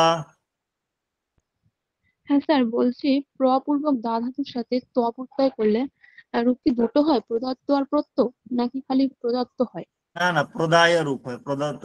তোয়া কি তোয়া হবেই না, উপসর্গ আছে, উপসর্গ থাকলে তোয়া হয়, তখন লিয়াপি হবে। না স্যার, একটা সূত্র আছে না, মানে দো দদ ঘ অচ উপসর্গাৎ, ওটার মধ্যে আছে যদি মানে স্বরান্ত উপসর্গ হয়, আপূর্বক দা যুক্ত ত, তখন সেখানে পূর্ব সে দদ ধাতু মানে দদের হচ্ছে পূর্ব দটা লোপ হয়ে যায়, দিয়ে আত্ম প্রদত্ত হয়। কখনো বাবা শুনিনি আমি, ঠিক আছে, আমি জানি না, আমাকে দেখতে হবে, আমারও মনে আমার ঠিক মনে নেই, তুমি বলছো ঠিকই, কিন্তু আমার মনে পড়ছে না যে এরকম মানে প্রদত্ত বলে কোনো রূপ হয় বলে আদৌ। কি সূত্র বললে? দো দদ ঘ অচ উপসর্গাৎ, মানে অচ উপসর্গাৎ, অচ উপসর্গাৎ ত। হ্যাঁ, দো দদ ঘ অচ উপসর্গাৎ। আমি তো আমার এখানে মানে তুমি আমাকে কনফিউজ করছো, আমার মানে জানা নেই, ঠিক আছে, মানে এরকম হয় বলে আমি তোমার কাছে প্রথম সময় ব্যাকরণ পড়ছি এতদিন, কিন্তু আমার কোনোদিন নজরে পড়েনি। নেই তাহলে সূত্রটা? এটা আছে তো পাণিনিয়ন শব্দশাস্ত্রে। না না, এই যে দুটো এই যে সূত্রগুলো আছে এগুলো তাৎপর্য তো আলাদা, এর তাৎপর্য তো তোয়া প্রত্যয়ের সঙ্গে এদের কোনো সম্পর্কই নেই, এদের সঙ্গে ত প্রত্যয়ের সম্পর্ক আছে বাবা, তোয়া প্রত্যয়ের কোনো সম্পর্ক নেই এদের, তোয়া প্রত্যয়ের কোনো সম্পর্ক নেই রে, ত প্রত্যয়ের সঙ্গে সম্পর্ক আছে। ওখানে অবদত্তম প্রদত্তম এরকম রূপ হয়, সেগুলো প্রদত্তম অবদত্তম এগুলো তো সব ত প্রত্যয়ান্ত শব্দ, তোয়া প্রত্যয়ান্ত নয়, ঠিক আছে। কারণ আমিও সেটাই জানতাম, তুমি তোয়া প্রত্যয় হঠাৎ করে বললে আমি কনফিউজ হয়ে গেলাম। স্যার, ত তুতুন। প্রত্যয়ের কথাই বলছি, তয়ে তয়ে। হ্যাঁ, তো তয়ে তয়ে সেখানে প্রদায় বলছো কেন? প্রদয়ে বলছি না, তুমি মানে যেমন প্রদত্ত করে, বলছি। প্রপূর্বক হ্যাঁ দা সেখানে প্রদত্ত, হ্যাঁ সেখানে প্রপূর্বক দা ধাতুর প্রদত্তম রূপ হয়, প্রত্যম রূপও হয়, আচ্ছা, ঠিক সেটা আছে। হয়। হ্যাঁ, আমি হ্যাঁ এটাই ওখানে যে বলছিলাম। হ্যাঁ হ্যাঁ ওইটা হয়, যেমন অবদত্তম অবত্তম এটা হয়, হ্যাঁ। আসলে আমি তোমার তোয়া শুনলাম, আমি সেজন্যই কনফিউজ হলাম। তুতুন। ঠিক আছে। হ্যাঁ স্যার, আমি স্যার কারক থেকে একটা কোশ্চেন জিজ্ঞাসা করতে চাইছিলাম। বলো। স্যার যখন সম্বন্ধ ষষ্ঠী পড়ছিলাম, তো ওখানে দেখছি কোনো জায়গায় বলছে কর্তায় ষষ্ঠী কর্মে ষষ্ঠী, আবার কোনো জায়গায় বলছে যে সম্বন্ধ বিবক্ষায় ষষ্ঠী, সম্বন্ধ বিভাগ কর্মে ষষ্ঠী, কর্তায় ষষ্ঠী। স্যার এই দুটোর মধ্যে পার্থক্য কি? কর্তায় ষষ্ঠী কর্মষষ্ঠী যেগুলো সেগুলো হচ্ছে কারক ষষ্ঠী, আর সম্বন্ধ বিবক্ষায় ষষ্ঠী মানে কর্তার সম্বন্ধ বিবক্ষা মানে সেটা সম্বন্ধ ষষ্ঠী। আমি ওই জন্য আগে ওই কর্তার সম্বন্ধ বিবক্ষায় কর্মের সম্বন্ধ বিবক্ষায় ওগুলো যেগুলো সেগুলো সব প্রতিপদ বিধানাগুলো বলেছিলাম আমি, প্রতিপদ বিধানাগুলো আলাদা করে দিয়েছিলাম, সেই প্রতিপদ বিধান দ্বারা যেগুলো হয় সেগুলো কারকের সম্বন্ধ বিবক্ষায় হয়।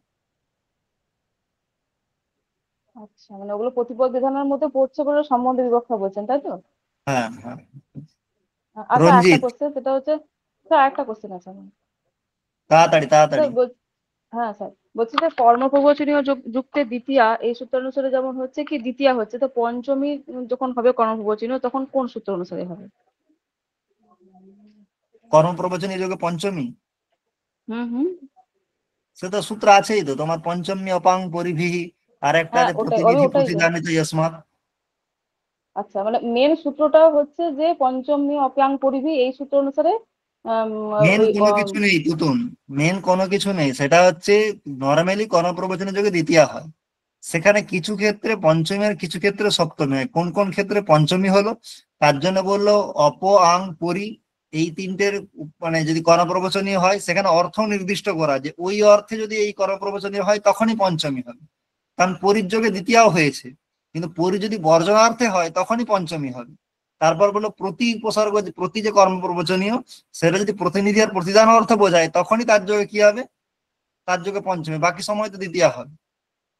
তেমনই কিছু না অর্থে স্যার, সেখানে সপ্তমী হবে, বাদ বাকি জায়গায় ইয়ে হবে। হ্যাঁ বলো। না স্যার, ব্যাখ্যাটা যেমন অনুর লক্ষণে এই সূত্র অনুসারে অনুটা হেতু অর্থ হলো যে কর্মপ্রবচনীয় যুক্তের দ্বিতীয় সূত্র অনুসারে দ্বিতীয় হলো, তাই তো? স্যার হ্যাঁ ঠিক কাজ বললাম? করবে, আমার ইউটিউবে একটু খুলে দেখবে, কর্ম প্রবচনের ফুল একটা ভিডিও দেওয়া আছে, যদি কনফিউজ থাকে ওখান থেকে দেখে নেবে, ঠিক আছে? স্যার স্যার কর্ম লিঙ্কটা তাহলে দিন। প্রবচনের পুরোটার উপর একটা ভিডিও দেওয়া আছে, তুমি জাস্ট গুগলে সার্চ করবে সংস্কৃত কুটির বলে, ওখানে পুরো কর্ম প্রবচনের উপর একটা 1 ঘন্টার ভিডিও দেওয়া আছে, পুরো ক্লিয়ার হয়ে যাবে। ঠিক আছে স্যার ঠিক আছে, আরেকবার হ্যাঁ। বলুন, কি বলে সার্চ করব? সংস্কৃত আমি আমি দিয়ে দিচ্ছি, আমি তোমাদের লিখে দিচ্ছি। সংস্কৃত কুটির কুটির। ওই বেশ, নেক্সট প্রশ্ন। হ্যালো, হ্যাঁ স্যার, আমি রঞ্জিত Next. বলছিলাম। বলছি স্যার, হ্যাঁ, বলো। ত এবং তবধু প্রত্যয়কে যে নিষ্ঠা প্রত্যয় বলা হয়, এটা কেন বলা হয় বা নিষ্ঠা কথার অর্থই বা কি, এটা আমার প্রশ্ন। এটা হ্যাঁ, নিষ্ঠা প্রত্যয়, দেখো নিষ্ঠা শব্দের কোনো সেই অর্থে তাৎপর্য এখানে নেই। এখানে নিষ্ঠা তাৎপর্য এইটাই যে যেই ধরনের এই কথাগুলো যখন বলা হয় তার মানে হচ্ছে এগুলো হচ্ছে পূর্বাচার্যরা অলরেডি এগুলোকে নিষ্ঠা বলে ব্যবহার করতেন, ঠিক আছে? এগুলো হচ্ছে পূর্বাচার্যদের সংজ্ঞা। সব সময় যে মানে পাণিনি নিজের সংজ্ঞা করেছেন এরকম নয়, পূর্বাচার্যদের সংজ্ঞাটা নিয়ে, যেমন নিষ্ঠা বলি তখনকার দিনে প্রসিদ্ধ ছিল, সেজন্য পাণিনি আচ্ছা। বললেন যে যাতে আমরাও জানতে পারি যে এটা নিষ্ঠা বলে প্রসিদ্ধ, সেজন্য ওখানে বলা হলো। আর একটা বিষয় স্যার, ওই কৃত্য প্রত্যয়ের যদি চার্টটা আপনি একটু পিডিএফ আকারে দিয়ে দেন খুব ভালো হয় স্যার, ওটা খুব মানে খুব আমি যে চাপটা কমা। সার্টিফিকেটটা ছিল আমি স্যারকে দিয়ে দেবো, তোমাদের গ্রুপে দিয়ে দেবে। হ্যাঁ স্যার, খুব ভালো হবে, তাহলে খুব উপকৃত হবো। ঠিক ঠিক। তারপরে আমাদের কি আছে, সুস্মিতা বলো। স্যার বলছিলাম যে ওই মতুফ প্রত্যয়ে কখন বান হয় আর কখন মান হয় একটু যদি বলে দেন। আসবে আসবে, আমাদের নেক্সট তথিত ক্লাস আসবে, সেখানে বলবো, তথিত বলবো। তারপরে আমাদের কি আছে, রামপ্রসাদ, তথিতের ক্লাস হবে তোমাদের একটা।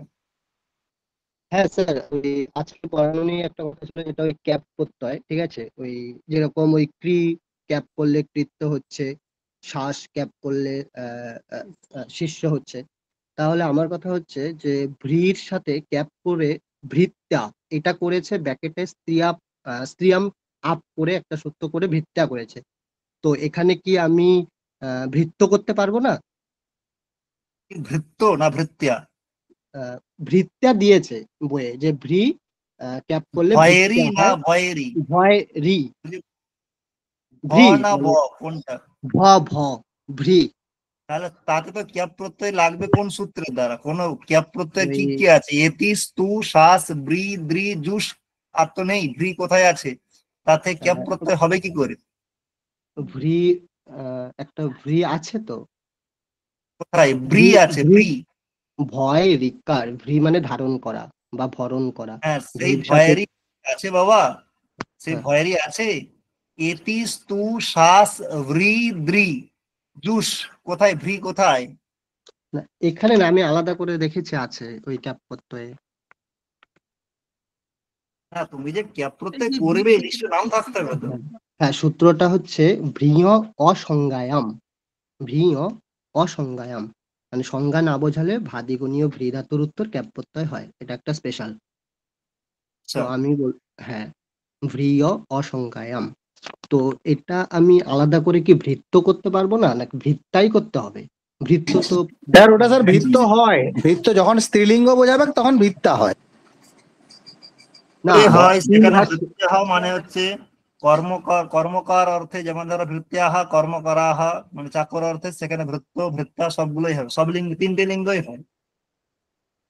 হ্যাঁ, না এটা আলাদা করে কিছু কিছু জায়গায় দিয়েছে তো, যে ভৃত্যা, তারপর হচ্ছে ব্রহ্মহত্যা, এটাও না ওখানে যেমন ব্রহ্মহত্যা, ওগুলো তো নিত্য স্ত্রীলিঙ্গ। না ভৃত্য শব্দ হয়। তারপর শুধু হত্যা যে দিয়েছে হনের সাথে ক্যাপ করে হত্যা, তাহলে কি আমাকে হত্যাই করতে হবে? হত্য হয় না, না ওটা তো আলাদা, যেমন ওইটা যেমন হত্যা শব্দ, ব্রহ্মহত্যা শব্দ, এগুলো তো ওখানে বলেই দিয়েছে, দেখবে স্ত্রীত্বম লোকাত, ওখানে দেখবে বলে দিয়েছে। বলে দিয়েছে ঠিক আছে, ওটাই। তাই এখানে তো সেরকম স্পেসিফিক তো কিছু বলেননি না। আর একটা হচ্ছে মানে হচ্ছে স্বয়ং করা অর্থে যেটা সজ্জা, মানে আমাকে এটাই করতে হবে, সজ্জাই করতে হবে, সহ্য করলে হবে না। এটা কি স্পেশাল সূত্র করে দিয়েছে, এটাই আমার জানা এখানে ছিল। স্পেশাল বলে, হ্যাঁ সইয়া এটাই হয়, সইয়াই হবে, ওটা স্ত্রিয়া মানে স্ত্রিয়া সইয়াই মাপ হবে, অন্য করতেই লিঙ্গ হবে। হবে না, তাহলে করতেই এটা হবে। যেহেতু ওই ক্রিয়া মাপ এটাই করতে হবে, তাহলে ভ্রির সাথে ভৃত্যা এটাই করতে হবে হয়তো, নাকি? আমার জানা নেই, এর জন্যই বলছিলাম এটা। স্ত্রিয়াম আপ বলে আপনার এই ব্যাকরণ কৌমুদি পড়েছে মনে হয়, আসলে টাপ প্রত্যয়। এটা টাপ প্রত্যয়, ওটাই আর কি, যে কিছু কিছু আলাদা আলাদা জায়গায় ভ্রির সাথে ভৃত্যা করেছে, তারপর হচ্ছে স্ত্রীর ওটা সব সাথে। লিঙ্গেই হয়, ওটা আমি দেখে নিয়েছি, সব আচ্ছা, জায়গাতেই সব হয়, লিঙ্গেই হয়, আচ্ছা আচ্ছা, হ্যাঁ ওটাই আর সব কি। লিঙ্গেই। মানে ভৃত্য দিলেও কোনো অসুবিধা হবে না। অসুবিধা নেই, না না হয় তো, ভৃত্য ওকে শব্দ ওকে, প্রসিদ্ধ শব্দ ধরে, হ্যাঁ মানে ভৃত্য আমাদের বলে তো প্রসিদ্ধ তো, হ্যাঁ কর্মচারী অর্থে ভৃত্য শব্দ ব্যবহার করি না, হ্যাঁ হ্যাঁ ওই হ্যাঁ ভৃত্য শব্দটাই ওটা, মানে কে হ্যাঁ প্রত্যয়। হ্যাঁ, ওটাই ওটাই, ঠিক আছে। ডিউটি। হ্যাঁ স্যার, বলছিলাম ওই রির হলরনাথ আর রির উপাধ্যায় এই সূত্র দুটো একটু বুঝিয়ে দিলে ভালো হতো। রি হলোর নিয়ত আর হ্যাঁ, রির হলরনাথ আর হচ্ছে রির উপাধ্যায়। উপধাচ্য। হ্যাঁ, যেটা রির হলরনাথ নথ প্রত্যয়ের, আর একটা যেটা আছে কপ প্রত্যয়ের রির উপাধ্যায়। বলে আমি বুঝতে পারছি না কোন সূত্রটা বলছো। স্যার উপধায় যে রিকারান্ত ধাতুর উত্তর কক প্রত্যয় হচ্ছে রিদ উপাধাচ্য দিয়ে, যেটা ওই মার্গ করছি, এই জায়গাটা ঠিক ক্লিয়ার হলো না। হ্যাঁ, হৃদ উপধাচ্য বলে কি সূত্র আছে? মৃজের বিভাষা বলে তো সূত্র আছে, হৃদ উপধাচ্য কোথায় আছে? তাহলে ওটা পানি নিয়মে আছে, ওখানটায় মৃজ দিয়ে মৃজ্য করছে আর নথ দিয়ে মার্জ করছে। এটা তো হয় মৃজের বিভাষা সূত্রের দ্বারা, এটার দ্বারাই মৃজ থেকে নিয়ত করে মার্গীয় রূপ হয়, আর মৃজ থেকে ক্যাপ প্রত্যয় করে মৃজ্য রূপ হয় এটা। আর রি হলোর নিয়তে কি বলছো? স্যার, মানে এটা তাহলে তো বললাম যে মার্জ যে রূপটা করেছে, মানে এখানটায় দিয়েছে যে মৃজ থেকে কপ করে তো মৃজ্য হচ্ছে, আর পক্ষে যে নথ করে মার্জ করছে, এটাও কি হবে? হয় না, মার্গীয় রূপ হয়, মার্জ্য হয়নি। পানি নিয়মে ওটাই দিচ্ছে, এখানটা একটু কনফিউশন হবে। না, এখানে তো চজ হোক ঘৃণ্যত হোক, এর দ্বারা তো ইয়ে হয়ে যাবে, মানে হবেই, কুত্ত হবেই, ওখানে কোনো ওইটা বৈকল্পিক নয়, মার্জ্য রূপই হবে না, মার্গ হবেই এখানে, কারণ সূত্রই তাহলে আছে স্যার চজ এই হোক। আচ্ছা স্যার, জানি না আমি আছে কিনা আমি উনি বলতে যে পারছি না। উনি যে প্রশ্ন করছেন, উনি সমগ্র ব্যাকরণ পদ্ধতি থেকেই প্রশ্নটা করছেন, কারণ না পানিনিতে না না সূত্র না, নেই। আমি পানি নিয়ম থেকে করছি, আমি পানি নিয়ম থেকে কিন্তু করছি। পানিনিতে সূত্র নেই, আমি তো খুলে নিয়ে বসে আছি। না না, পানি আপনি কি নিয়মে এরকম থাকবে না। এটা ব্যাকরণ কৌমুদি ক্যাপ থেকেই প্রত্যয়, করছেন। পানি নিয়মের কি না না ক্যাপ স্যার, পানি প্রত্যয়টা নিয়মেতেই খুলেছেন? আছে ক্যাপ ওখানটায় আছে প্রত্যয়, ক্যাপ রিদ প্রত্যয়ের উপাধ্যায় জায়গাতে আছে। দ্বিতীয় নম্বরে যেটা দেওয়া আছে ওখানেই দেওয়া আছে। এবার ওই আছে স্যার, মার্জ আছে। রূপটা হ্যাঁ তাহলে বুঝছি, আমি বলছি ঠিক আছে, বুঝেছি। বিউটি ক্যাপ প্রত্যয় দিয়ে বৃদ্ধি করার কোনো জায়গা নেই, ঠিক আছে, ক্যাপ প্রত্যয় ক আছে মানে বৃদ্ধি নিষেধ আছে, তাহলে সেখানে মৃজ্য ছাড়া কোনো রূপ হওয়ার অপশন নেই। আর মৃজ ধাতুর পরে নিয়ত প্রত্যয় আছে, নিয়তের মূর্ধন্য যখন লোপ হয়ে যায় তখন উপধার বৃদ্ধি হয়, আর জয়ের জায়গায় বা চ বর্গের জায়গায় ক বর্গ আসেই, তাই সেখানে মার্গীয় হবে, মার্জ্য কোনোভাবে হওয়া সম্ভব নয় এখানে। আচ্ছা, ঠিক আছে, যদি কোনো নিষেধ সূত্র থাকতো তাহলে আমরা ভেবে দেখতাম, কিন্তু সেরকম তো নিষেধ সূত্র তো কোনো নেই। এটাই মানে পানি নিয়মে দেখেছে, মানে আপনি বললেন, তারপরে এটা দেখার পরে ওই জায়গাটা কত নাম্বার পেজে আছে পানি নিয়মের? হ্যাঁ হ্যাঁ, 436 নাম্বার পেজ। এবং আমি একটা কথা, এই কথাটাও বলি যে পানি নিয়ম যে সব শুদ্ধ আছে সেরকম নয়, পানি নিয়মেও থাকতে পারে, তবে অবশ্যই আমি একবার ক্রস চেক করবো, যদি কোনো কিছু পাই আমি তোমাদের জানাবো, ঠিক আছে। আমার যতদূর জানা আছে মার্জেহ রূপ হয় না। স্যার আমরা তো পানি নিয়মটাকে বেশি ফলো করবো নাকি স্যার? হ্যাঁ অবশ্যই ফলো করতে পারো, কিন্তু আমি বলছি সব বইয়ের ধারা কিছু তো ভুল থাকতে পারে। যেমন হচ্ছে সমাস, একটা জিনিস জানবে যেন অধ্যাত্ম, তার যে বিগ্রহ দেওয়া আছে পারনিয়মে দেখবে আত্মানাম অধিকৃত্য, আসলে ওই বিগ্রহটা ভুল, ওখানে আত্মনি হবে, ওটা বিভক্তি অর্থে সমাস। যেমন হরৌ অধিহরি হয়, তেমন আত্মনি সেখানে অধ্যাত্মম হয়। কিছু ক্ষেত্রে ভুল থাকে, এবার এখানে মার্জিহটা ভুল আছে অথবা কোনোভাবে সম্ভব, সেটা আমি ক্রস চেক করে আমি স্যারকে জানিয়ে দেবো, স্যার গ্রুপে দিয়ে দেবো। আমার মনে হয় না নেই নেই বলেই জানি, তবু একবার, কারণ আমি সব জানি এরকম তো কোনো ব্যাপার নেই, হতে পারে আমার কোনো কাজ স্কিপ হয়ে আছে, আমি একবার ক্রস চেক করে স্যার নেবো, ওটা ঠিক আছে? পক্ষে করেছে, স্যার প্যাকেটের মধ্যে স্যার লিখেছে যে এখানে আবার সূত্র সূত্র সংখ্যা দিয়েছে 3-1-110। না না, তার দ্বারা যেটা আছে ওটা তো সেখানে শুধু জাস্ট মানে হৃদ পদার্থ ক্লিপি চিতে হে যে একটা সূত্র আছে আমি বুঝেছি, সেই সূত্রটার দ্বারা তোমার এই জিনিস হয় না, তার দ্বারা জাস্ট শুধু ক্রিয়া প্রত্যয় হয়, তার দ্বারা তো গুণ বৃদ্ধির কোনো গল্প নেই। কথাটা বুঝতে পারছো? তার দ্বারা রিকোয়ার যে উপাধ্যায় যে সব ধাতু আছে তাদের থেকে ক্যাপ প্রত্যয়ের বিধান করে, আর ক্যাপ প্রত্যয়ের বিধানে তো কখনো বৃদ্ধি হবে না। তুমি এতগুলো জায়গা দেখলে কোথাও হয়েছে? যেমন ইন ধাতু, সেখানে ই এর বৃদ্ধি হলে তো ওই হয়ে যেত, হয়েছে কি? ওখানে রিকার উপধায় থেকে যেটা হয়, যেমন বৃত্ত ধাতু, বৃত্ত ধাতুর সেই উপধাতে রি আছে, তার জন্য সেখানে বৃত্তিয়ম রূপ হয়ে যায়, বৃদ্ধ ধাতু তার বৃদ্ধিয়ম রূপ হয়ে যায়, কিন্তু সেখানে বৃদ্ধি হয় না কোনভাবে। হতে পারে ওটা কোনো টাইপিং এরর হতে পারে, আমি ক্রস চেক করবো তবু। হ্যাঁ, তারপরে কে আছে? তন্ময় না কে? হ্যাঁ স্যার আছে। হ্যাঁ হ্যাঁ স্যার, এই যে তন্ময় দে। তব্বত প্রত্যয় নিয়ে একটু বলছি স্যার।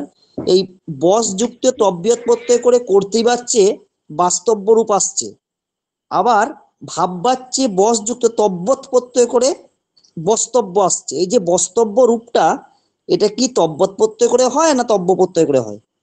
ওইটা বাস্তব্যটা তব্বত প্রত্যয়। তব্য দুটোই করতে পারো, কোনো সমস্যা নেই, কিন্তু বাস্তব্য যে রূপটা আছে সেখানে শুধুমাত্র তব্যতি হয়। আচ্ছা ঠিক আছে স্যার, ধন্যবাদ। ঠিক আছে,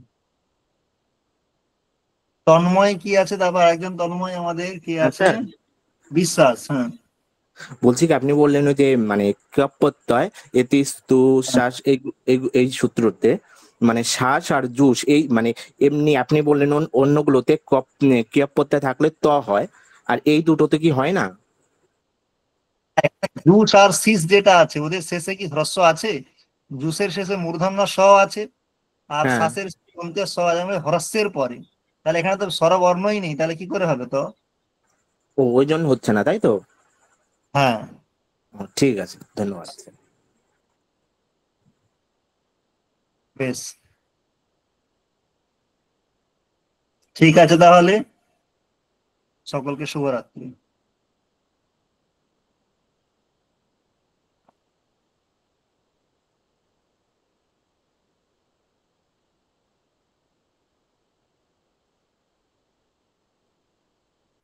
হ্যালো স্যার। বলো। স্যার ওই সানজ প্রত্যয় ব্যাপারটা একটু আর বলুন না।